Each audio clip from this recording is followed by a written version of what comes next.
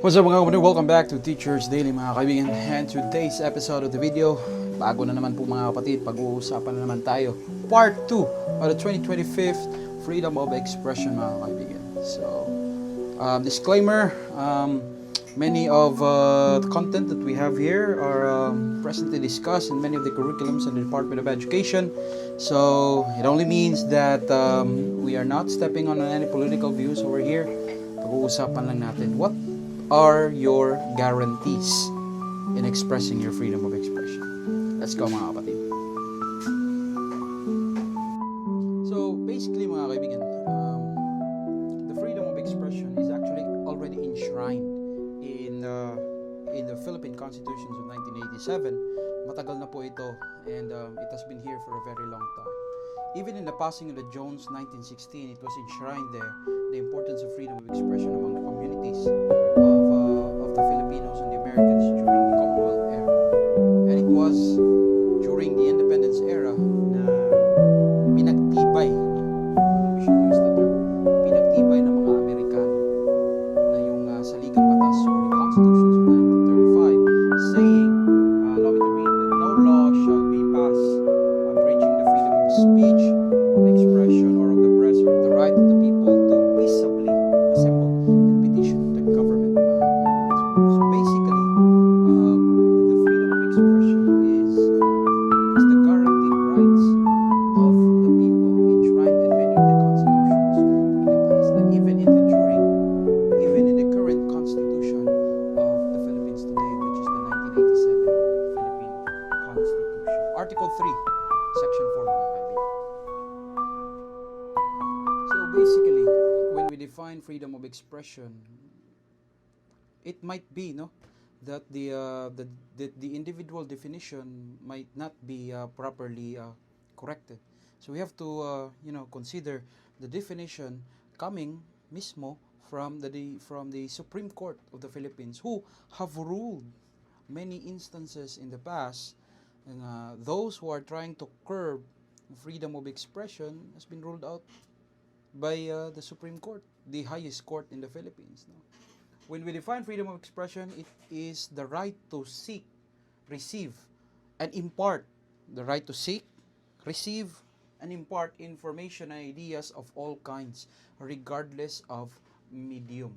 It includes the freedom of the press, assembly, and petition.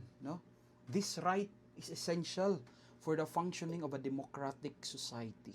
So that idea of freedom of expression in Article 3 in the Bill of Rights of the 1987 Constitution is a guaranteed rights for the Filipino people, that you can actually petition the government or redress, protest the government for your grievances, as long as you are not yung tinatawag nila na hindi ka sumisira sa pangalan ng tao, but you can always and actually petition government. And no individual, group, or organization should have the power over you to take that guaranteed right from you. For example, if you may allow me to cite one of the cases in 1989, Tanyada versus Tavera, This case involved seeking publication of laws that had not been made available to the public. The Supreme Court ruled that it is the right of the people to be informed. So, anything that the government does without you knowing is already a violation of the freedom of expression. Sinasabi nga natin the freedom to seek and receive. Diba? So, any information the government is doing, the people should know. Another case, mga kaibigan, if you may allow me to cite, Chavez versus Gonzales. This case challenged by the government's power to restrict public access to certain forms of speech, banning of books. That is not allowed. The Supreme Court ruled that it is the freedom of expression of people to be informed, to seek knowledge, regardless of what kind of book is that you are reading. Last, another case between David versus Arroyo in 2006. This case involved the legality of a presidential order.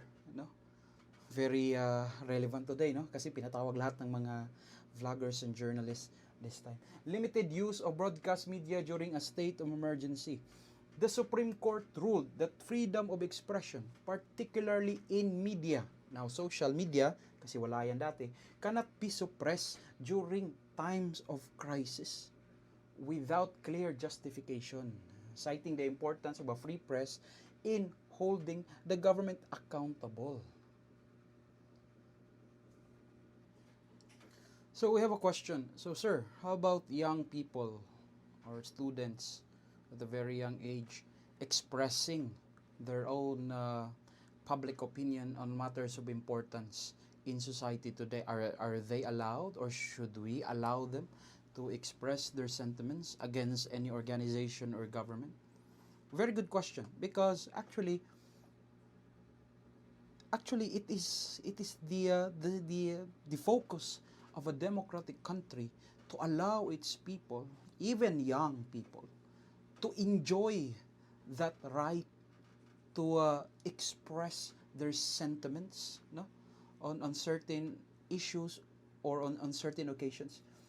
It is enshrined in Article 2, Section 13 of the 1987 Constitution, fostering civic engagement and responsibility among young people. It actually says that the government should encourage young people to participate in civic duties, especially in addressing, no, if they find any issues with with with any organizations or the government today. So those who are hindering these things to the young people, like I said, you are not teaching them to love their country if we are restricting or censoring our young people in public engagement, because that is, as enshrined in the 1987 Constitution, that is their right and that is their duty, no, as the future of this country, ika nga ni Rizal, no? So with that, ladies and gentlemen, the concepts of freedom of expression, very short and very concise. It is a fundamental right enshrined in a democratic like us, in a democracy like us, and it is written in the Constitution, the highest law in the land. And many times in the past, it has been protected by the Supreme Court of the Philippines, the only incorruptible institution that we have in the country today. This is Teacher's Daily, mga kapatid. I hope you learned something.